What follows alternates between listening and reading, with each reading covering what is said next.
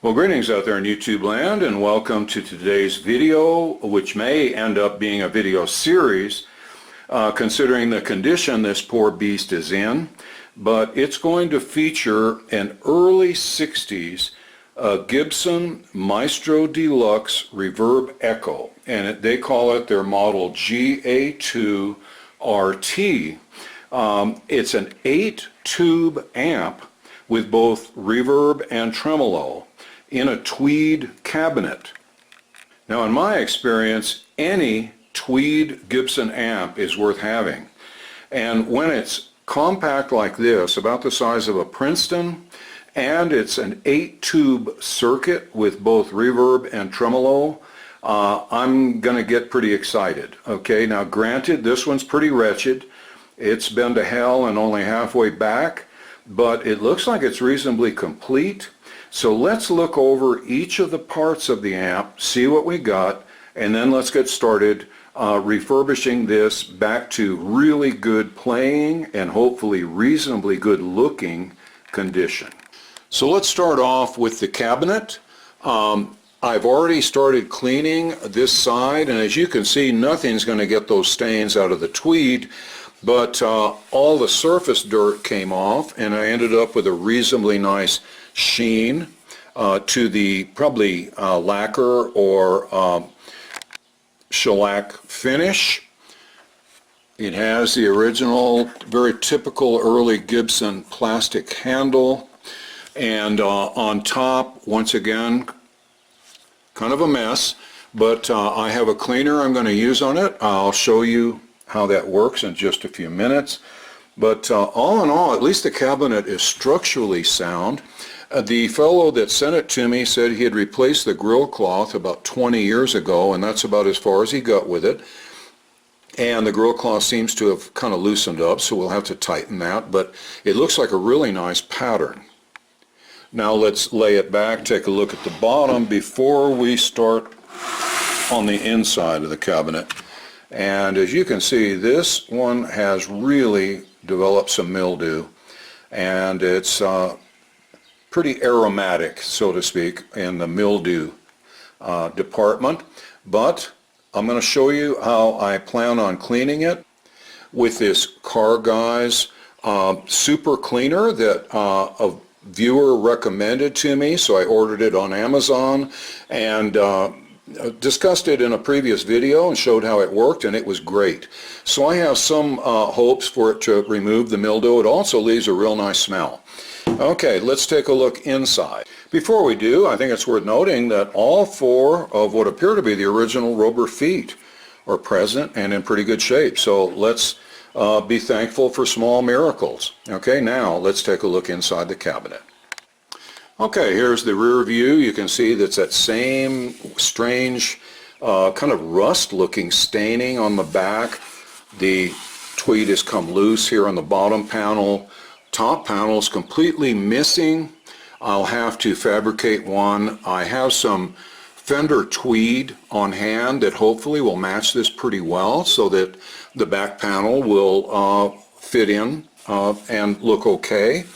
Looking inside, let's see, we have a note from the original owner, Dave, who sent this to me, and it refers to the fact that the original filter caps had been removed from the circuit and just set in the bottom of the cabinet and were never replaced. So that'll be the first thing we'll have to do with the circuit.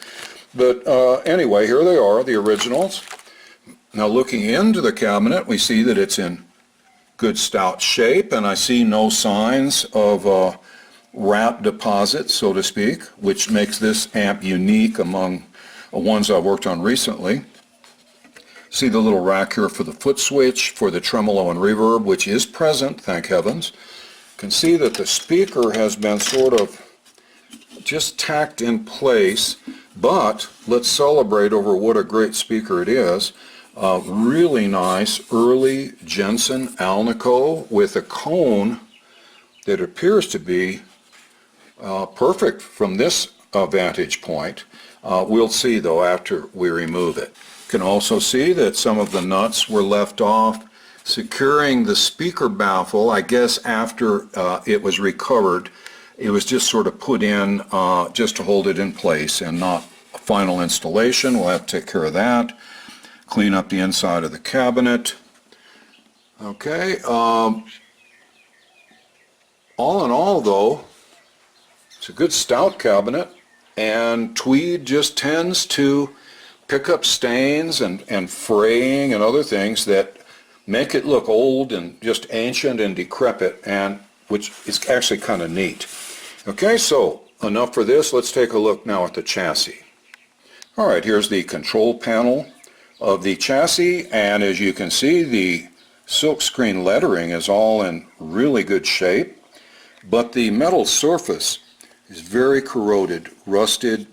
The plating is bubbling up, and this presents a real challenge because you can clean the rust up, but not without harming the writing. And to me, way more important than having shiny chrome. So I guess we're going to have to live with some of this rust. I'll never be able to restore this plate to shiny original appearance. It's always going to look kind of old and bubbly, which is going to match the cabinet, let's face it. Okay, so all the writing is present. There's one knob missing. I don't think that's the right knob, so two knobs. These may not be correct because these are press-on pots and these are set screw knobs. But I have some knobs like this, so I'm thinking we'll try to get four that match. Then we get the kind of clever little big and little knob here for the tremolo speed and depth. Somebody liberated the pilot light, the little screw and jewel. I'm going to have to hunt one down. But everything else looks pretty straight here on the front.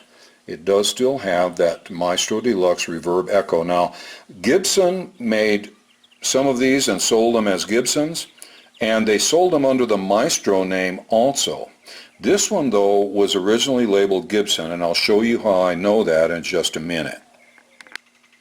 Now let's take a look at the top of the chassis. First off, the power transformer is rusty, but present at least, and complete. You know, I have a friend who has a really good ear for amp tone, and he swears that the rustier the transformer, the better the amp sounds. I don't know, we'll see, okay, because this sure is a rusty one here.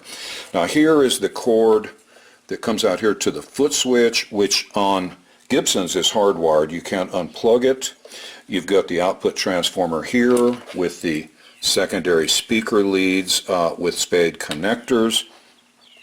Here is the driver for the reverb tank, which is missing in this case, but I have a brand new reverb tank on hand that I think is going to work with this amp.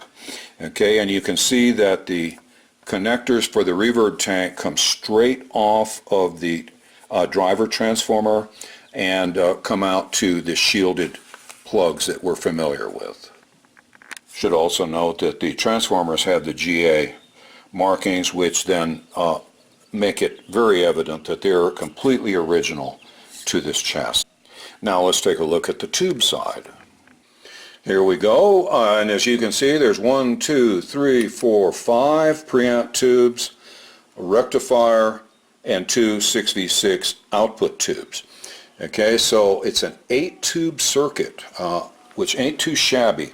And Gibson never seems to label their tube sockets. You can look at the schematic, and they'll always show a little diagram there of how to put the tubes in, but it sure would be nice if there were some markings to convince you that the schematic was the right one, okay, and that it wasn't lying to you.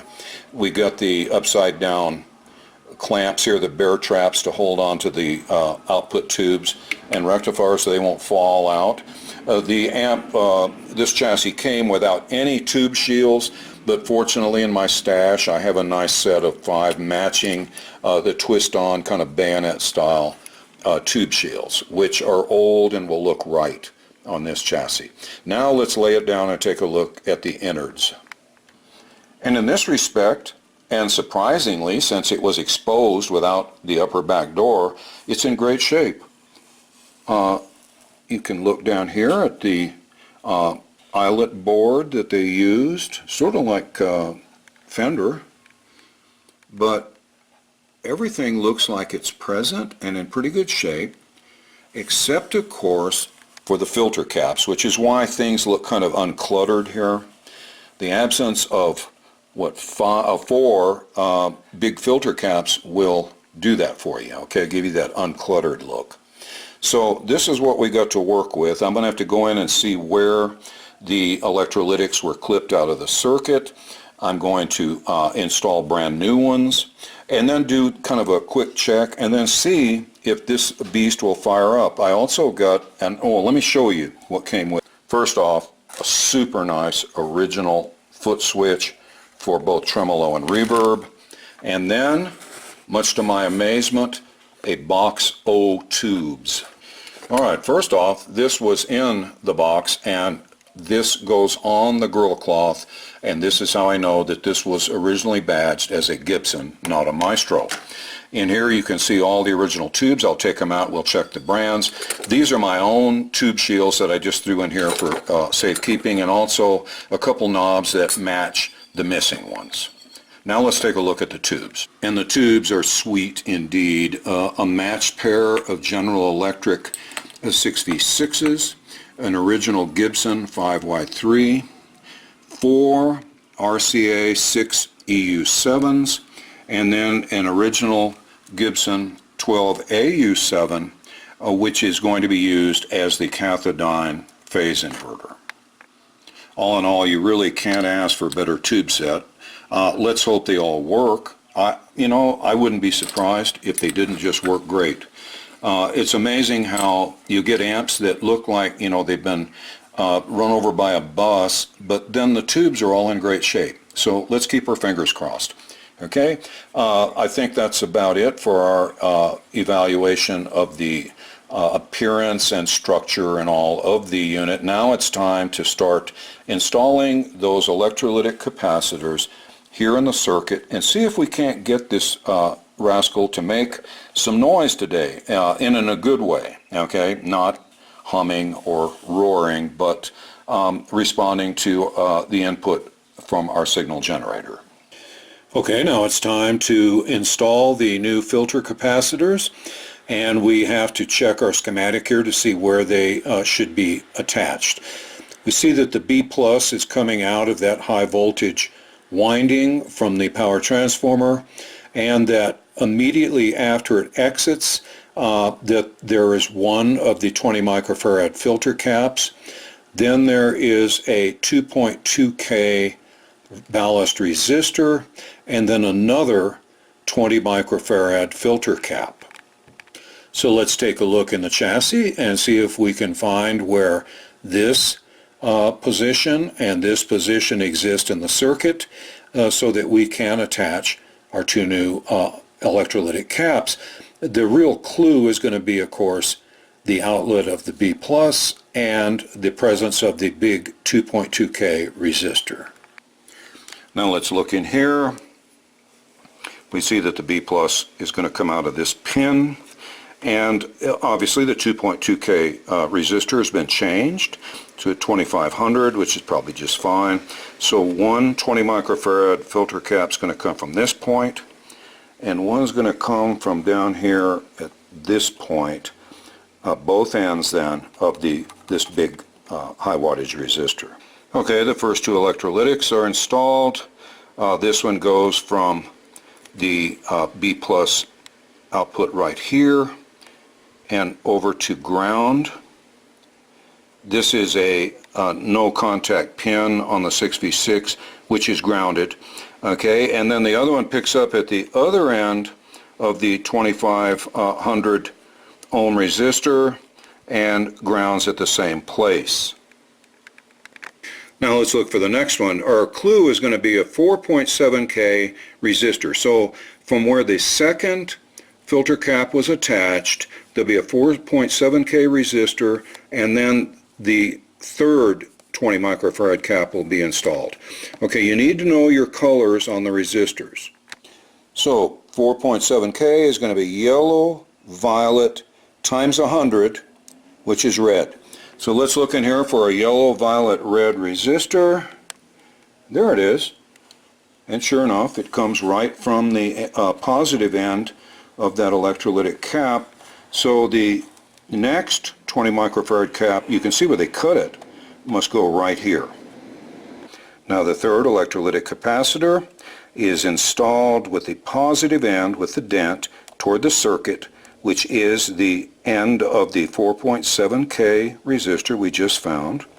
The other end goes right over here to a chassis ground. Now we have to figure out where the fourth one goes.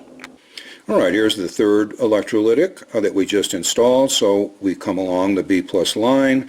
We find that it's going to go through a 6.8K resistor, and then we'll have our fourth electrolytic cap.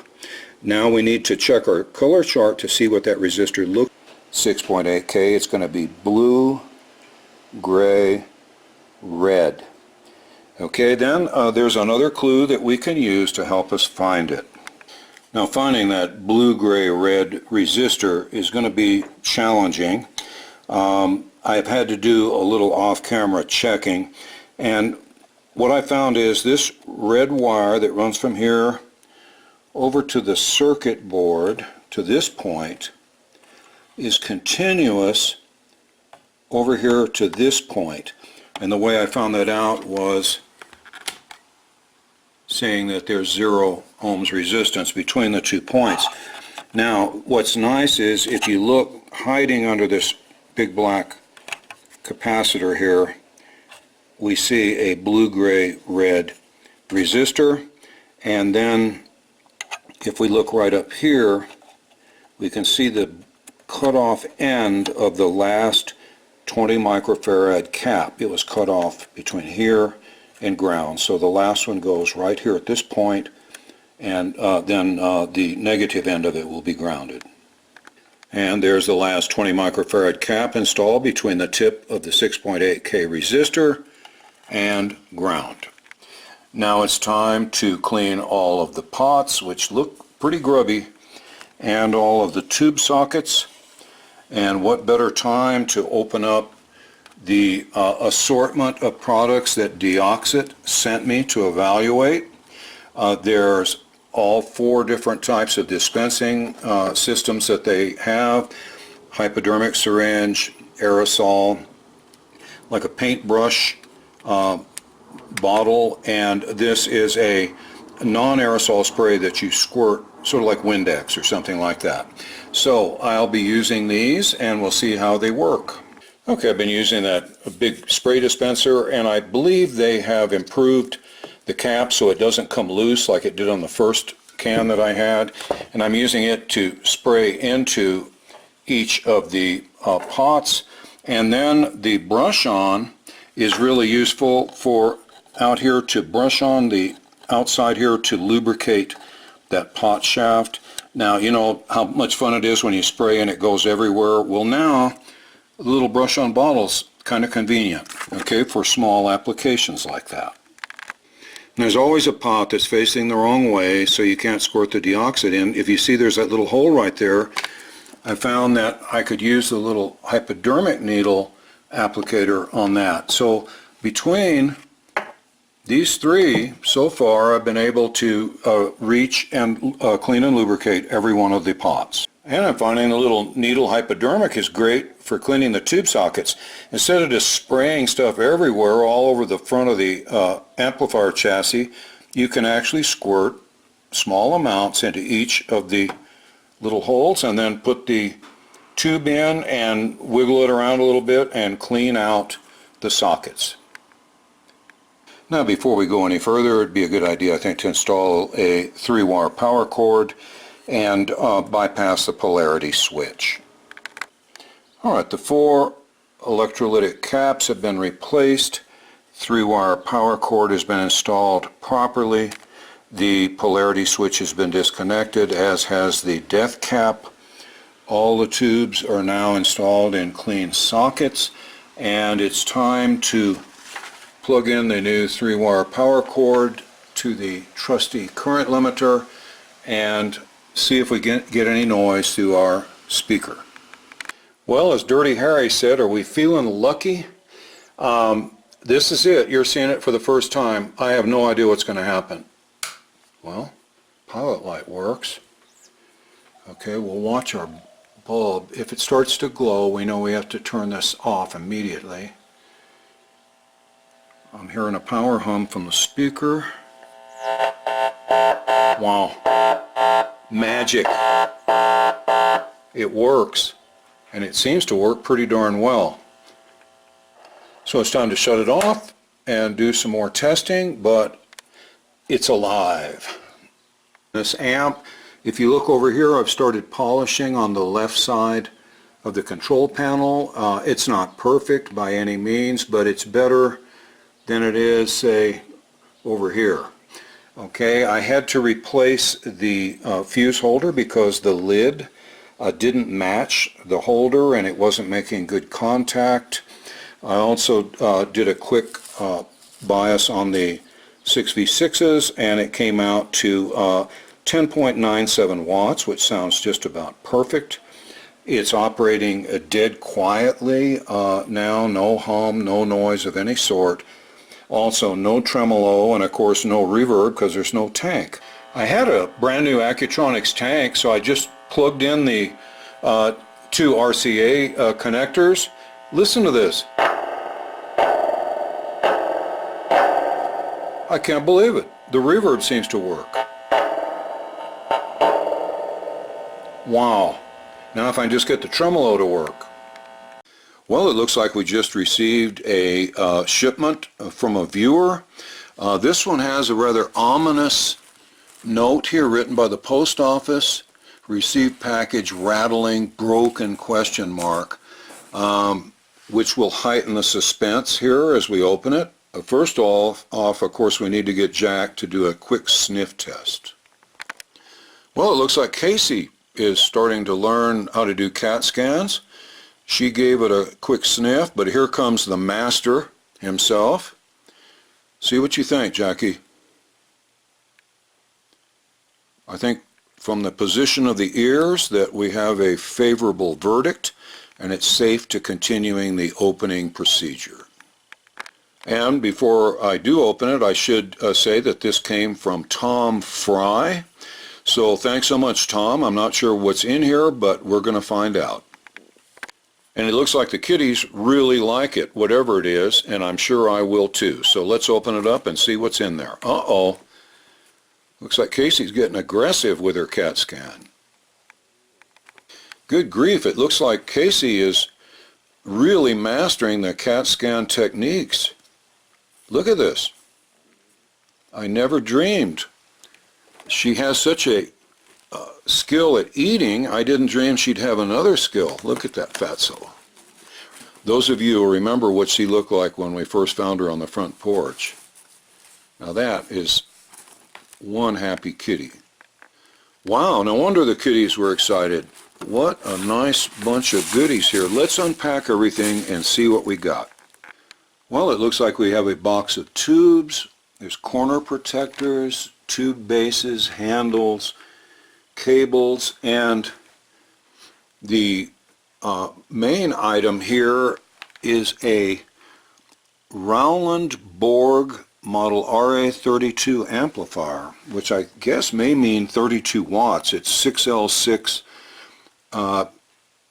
push-pull output, so it may well be capable of that. Okay, look at this jewel. Really nice. Let me flip it over and we'll take a look at the circuit. And it's got one heck of a power cord. Looks like the one from my weed eater, actually. Look inside. It's immaculate, very neatly wired. This should make a very interesting conversion project to guitar use. The kitties are playing here. Jack's back for another sniff. So thanks so much, Tom. It looks like everything arrived in good shape. We really appreciate it, and stay tuned for the video in which this will be turned into a really snazzy guitar amp.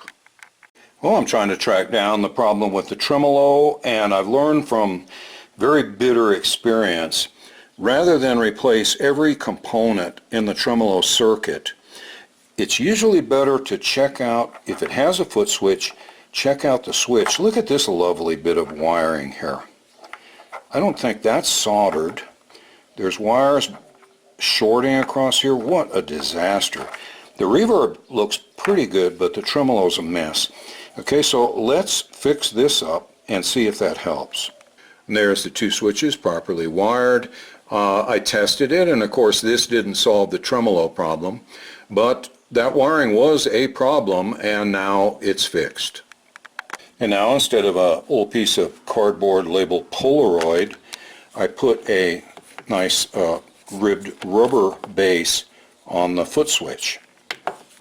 Alright, I removed the two tremolo pots and re-cleaned them, and then resoldered the wires that were going to each of the lugs, and I found that the lower lug on the innermost pot had a wire that was just sort of draped over it, and I don't think it was making a good connection. So that's now soldered, and I think that may be the problem. We'll see. Let's test it. Okay, our signal generator tone is loud enough. Let's push the tremolo button. Yes. Speed and intensity.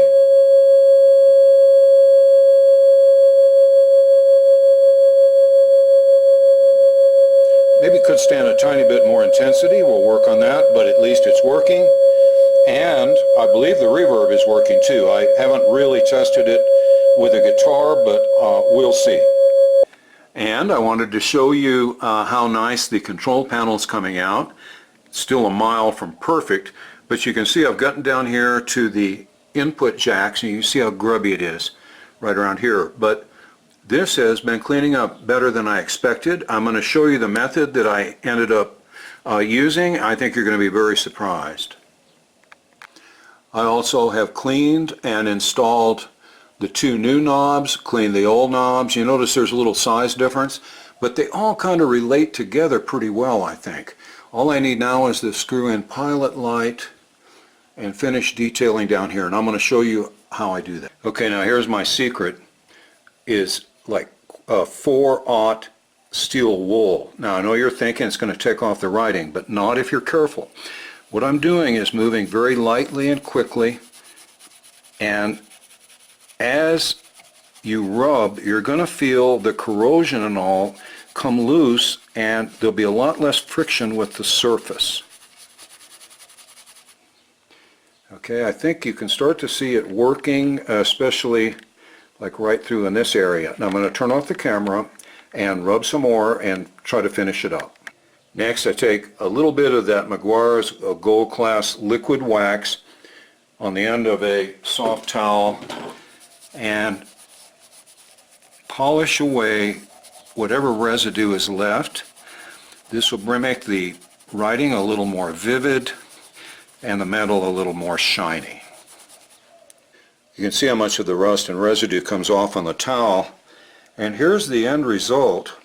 And like I said, a mile from perfect, but it's about 3 miles better than it was.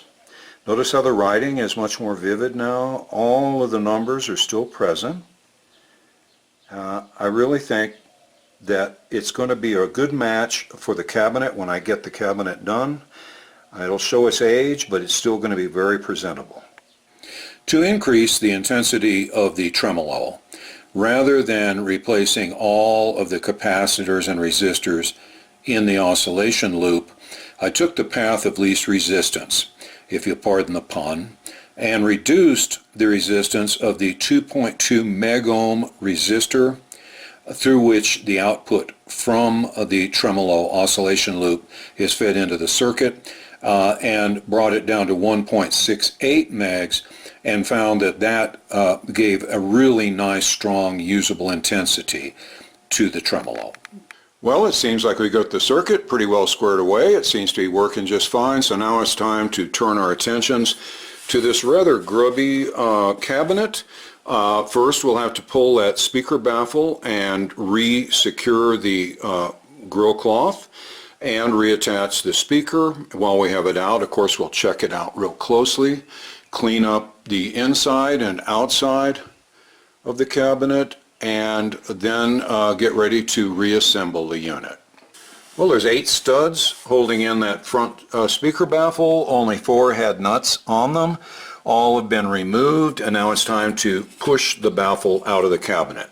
Wow, that was a whole lot harder than I expected, but at least the baffle's out.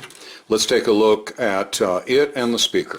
Kind of strange in that there are 4 terminals here on the speaker. While I have it laying down like this, I'm going to just remove the little stubs of wire that are still soldered. Okay, those little stubs are out, and one tip here. Anytime you're soldering on a speaker, put something down to protect the cone, because a drop of hot solder can burn right through the cone and damage it. Okay, so always use some protection. Also with your speaker. Well, it looks like it's going to be one of those days. This stud is pulled all the way through the baffle. On this one, the nut came off. Down here there was no stud. And over here the nut is stuck securely to the stud, so that I'm going to have to remove the grill cloth to get to the head of that screw. Well, in a scene reminiscent of the Silvertone videos where I had to remove about 9,000 staples, they're all out, and now it's time to remove the grill cloth and extract the speaker. Somebody must have put about a liter of blue Loctite on this stud, but I finally got the nut to come off, and now we can extract the speaker from the baffle. Some good news for a change. The speaker cone is absolutely perfect, in beautiful shape, as is the rear of it. Obviously an Alnico speaker, Jensen P12RJS. Okay, and I'm going to guess that the 5, it's not 65, I'm thinking it's 55. Okay, remember, this unit was probably built around 1960 or 61. So this speaker might have been sitting on the shelf for a while. Okay, a little bit of corrosion up here on top, but otherwise just gorgeous.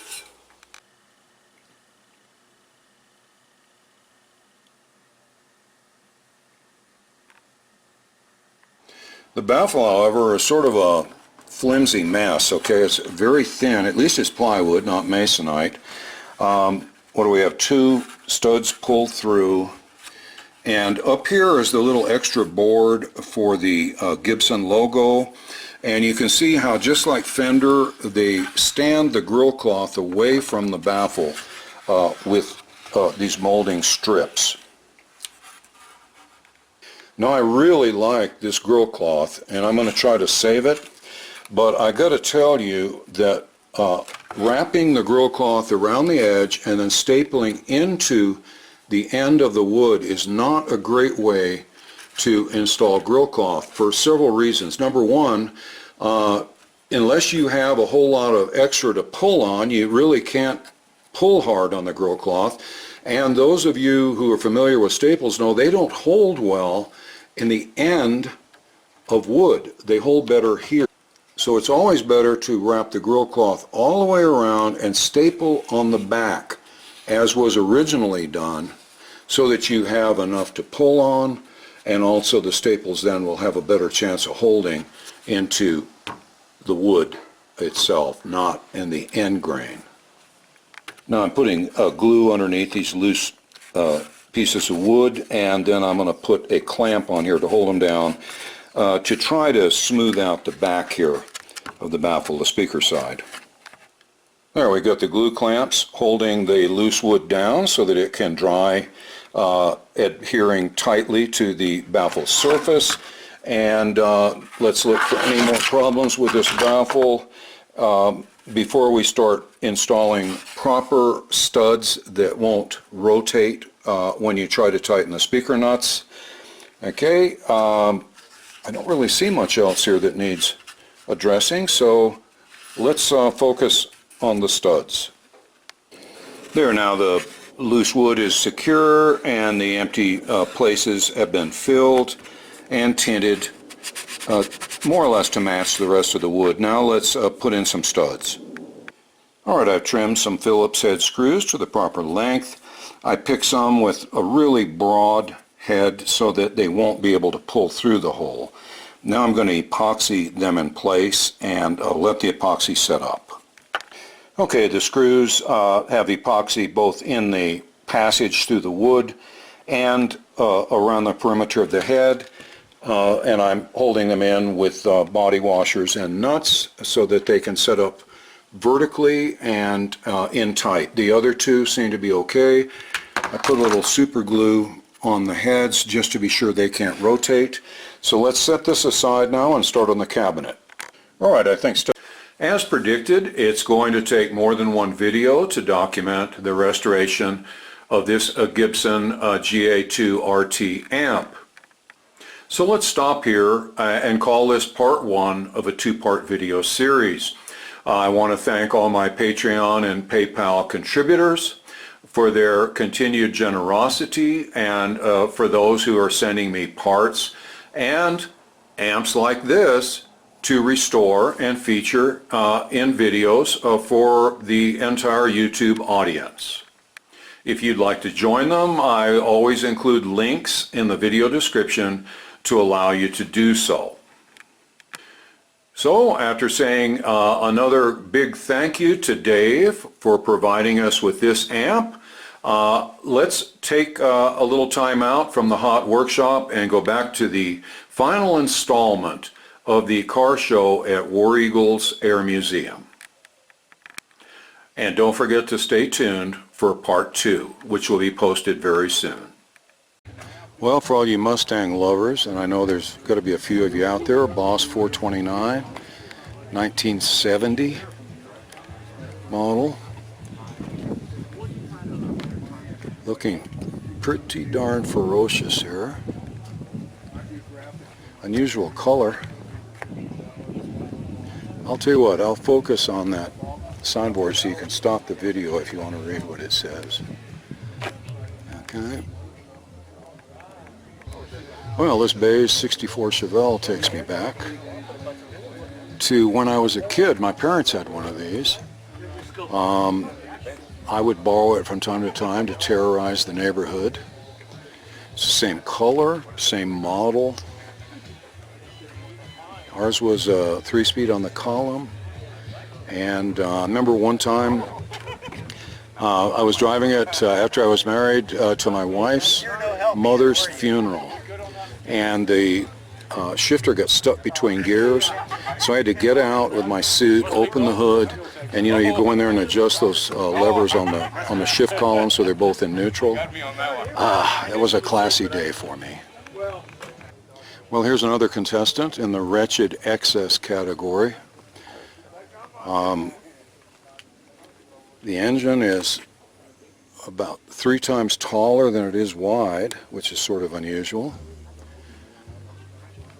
Looks like a stack of aluminum car parts. I understand it runs pretty well. It's in a nice straight 55 Chevy. The old Post, the 210 model. Very nice understated interior. Nice view. This looks like some sort of homage to the military to me. It's like a 40 Ford, very basic model.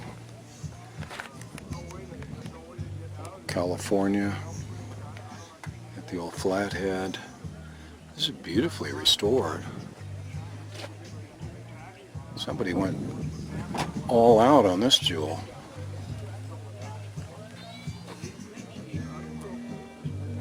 And look, they went to the World's Fair. Must have just gotten back.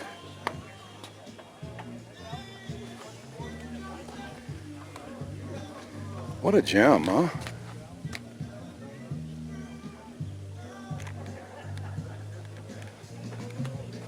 You know, you're going to spend, what, $3,000 or $4,000 for a paint job. It would take a lot of self-control to pick this color, because it's probably the correct color for the car. About the time that I was going to make that decision, I'd be pointing at something other than olive drab. But to each his own. This stock is a stone. Look at that wood graining on the dash. Super nice. This may be one of those survivors that It just spruced up a little. Flathead 6.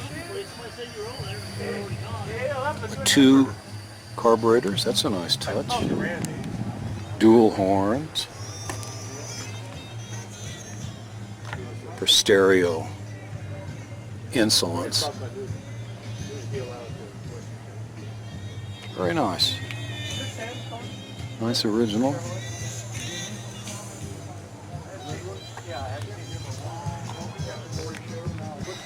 This car reminds me a little of my own in that its primer, most of the cars here are finished up pretty well. It's the old two-door sedan and they welded in a steel roof. Good looking old engine. Looks like the old Corvette fuel injection heads, the double hump heads, 3.2s. Super nice engine.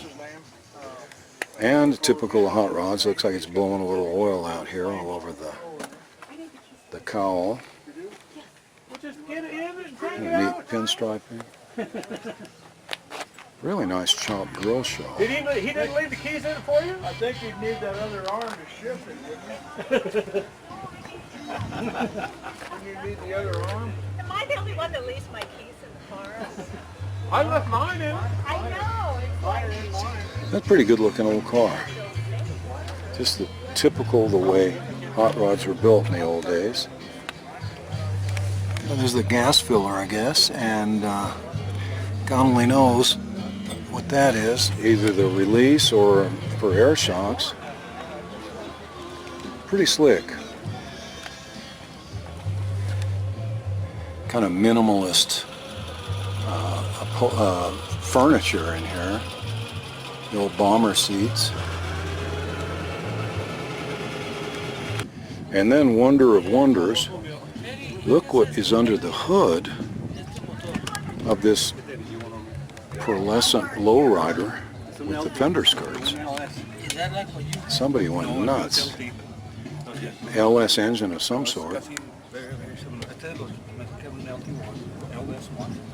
Kind of surprising, huh?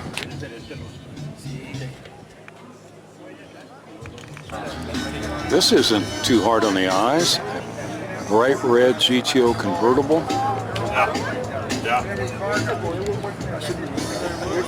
Nice kind of a neutral leather interior. Perfect convertible top.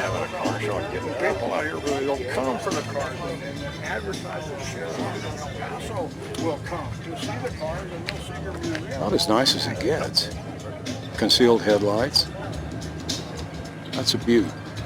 Well, for you Ford fans, here's the engine of one of these Cobra replicas. Somebody went all out. 427 with 2 4s. Pretty close to what they had in the originals, I guess. Remember they had, I think what they call side oiler 427s in the original Cobras.